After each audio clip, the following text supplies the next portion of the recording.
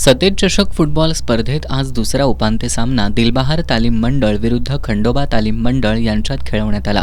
पूर्वार्धात 12व्या मिनिटाला दिलबहारच्या फेबिननं उत्कृष्ट मैदानी गोल करत संघाला 1-0 अशी आघाडी मिळवून दिली. या गोलनंतर खंडोबा तालीम मंडळानं बरोबरी साधण्यासाठी जोरदार प्रयत्न केले, मात्र दिलबहारच्या बचावफळीनं त्यांना रोखून धरलं. उत्तरार्धात दिलबहार संघानं आक्रमक खेळाऐवजी बचावात्मक खेळावर भर दिला. अखेरपर्यंत 1-0 ही आघाडी कायम राखत दिलबहार संघानं हा सामना जिंकून अंतिम फेरीत प्रवेश केला.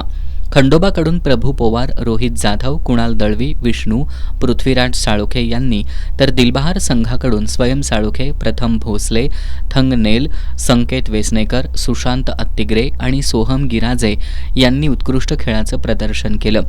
या सामन्यात दिलबहारच्या लमखोलीन डोंजिल हा सामनावीर ठरला.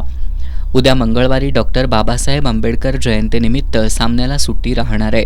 बुधवारी सायंकाळी 4 वाजता विजेतेपदासाठी दिलबहार तालीम मंडळ विरुद्ध वेताळमाळ तालीम मंडळ यांच्यात लढत होणार असून सतेज चषकावर कोण नाव कोरणार याकडे सर्वांच्या नजरा लागून आहेत.